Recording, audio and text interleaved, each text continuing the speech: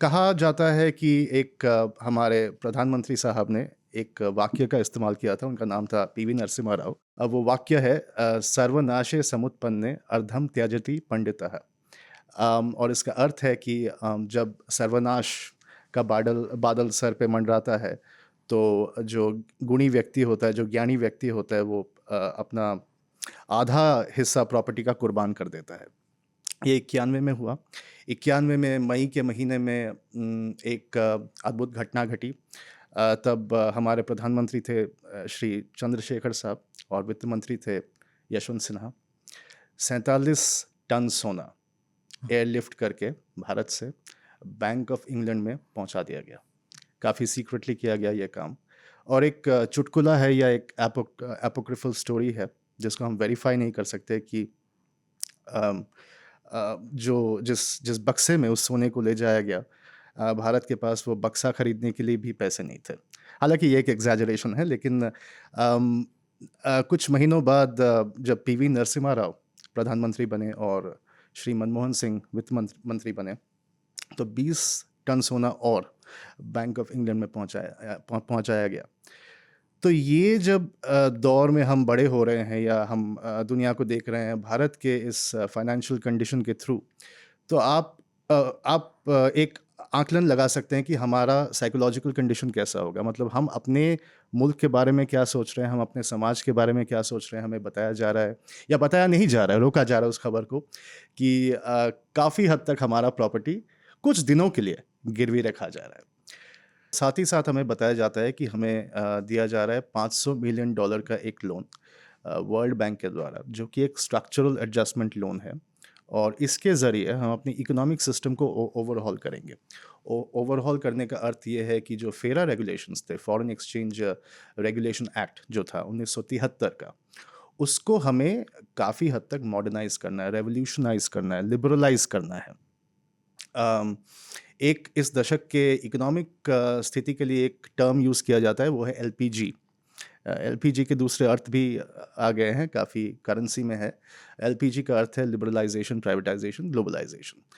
तो जिसको हम न्यू लिबरल एरा कहते हैं, लिबरलाइजेशन का दौर कहते हैं, वो दरअसल सिर्फ इकोनॉमिक लिबरलाइजेशन नहीं था, एक मानसिक स्थिति में विकास का एक बहुत गहरा दौर था। कहने का अर्थ महज इतना है कि वो जो मेमोरी है आधा प्रॉपर्टी गिरवी रख देने का, उसको आप क्या कहेंगे? उसको आप सिनेमा कहेंगे, मिथोलॉजी कहेंगे, हिस्ट्री कहेंगे, कल्चर कहेंगे, या इन सब चीज़ों का मिश्रण कहेंगे?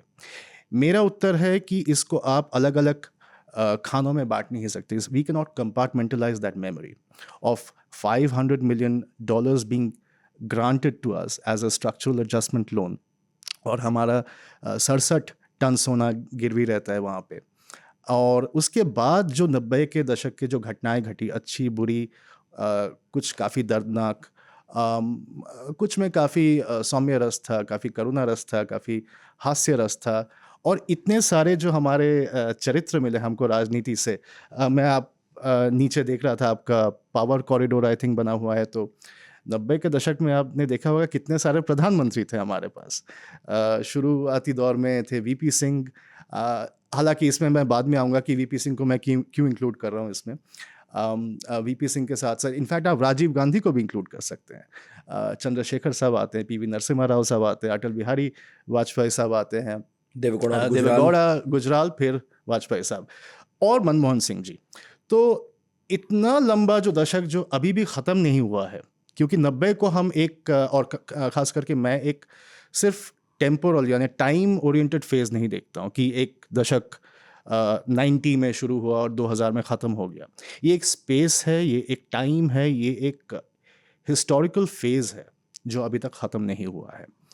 हो सकता है आज के पॉडकास्ट में मैं इस चीज़ का ज़िक्र करूं कि हिस्ट्री का अर्थ क्या है, हिस्ट्री कौन डिसाइड करता है, हिस्टोरिसिटी क्या होती है, क्या हिस्ट्री एक विज्ञान है, क्या हिस्ट्री महज एक क्रोनोलॉजी ऑफ इंसिडेंट्स है, क्या हिस्ट्री कोई भी लिख सकता है या हर कोई नहीं लिख सकता।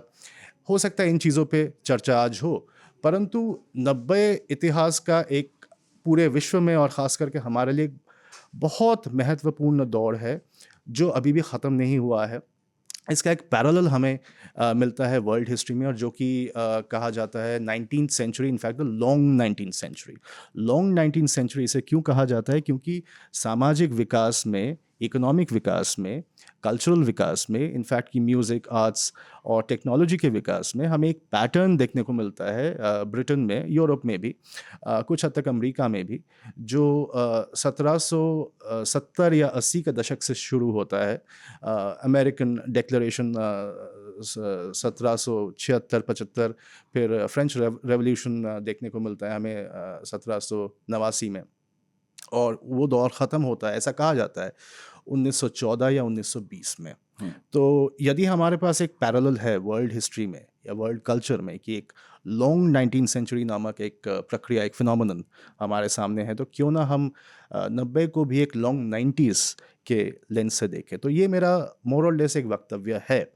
और जब चूँकि आपने शुरुआत में ही सिनेमा का ज़िक्र किया, इस लॉन्ग फेज़ में जभी भी हम कोई भी कल्चरल आर्टिफैक्ट को देखते हैं, चाहे वो एक वर्क ऑफ आर्ट हो, एक पेंटिंग हो, इनफैक्ट एक कविता हो, एक गज़ल हो, श्री अटल बिहारी साहब जी का लिखा हुआ कोई, उनका मन से पढ़ा हुआ कोई कविता हो, या फिर एक फ़िल्म हो जैसे सरफ़रोश, या दिल चाहता है जो एकदम 90 के बिल्कुल दशक के आखिर में आता है, या मिथुन चक्रवर्ती का कोई फ़िल्म हो, या हम आपके हैं कौन हो, या दिलवाले दुल्हनिया हो।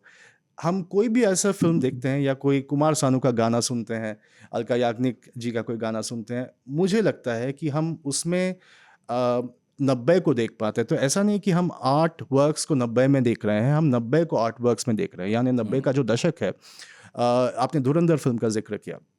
धुरंधर फ़िल्म मैंने देखी है या नहीं देखी है, ये बताना ज़रूरी नहीं है, क्योंकि ये फ़िल्म अपने आप में एक मुद्दा बन गया है कि फ़िल्म देखा है कि नहीं, वो अपने आप में एक टेक्स्ट है आज।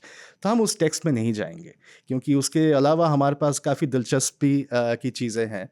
तो धुरंधर या कोई और दूसरा जब फ़िल्म एक वहाँ के एक आर्टिफ़ैक्ट को उठा के, टुकड़ों में वो भी, जिसको हम पास्टिश कहते हैं, टुकड़ों में उठा के जब दोबारा से प्रसारित कर रहा है 2026 में,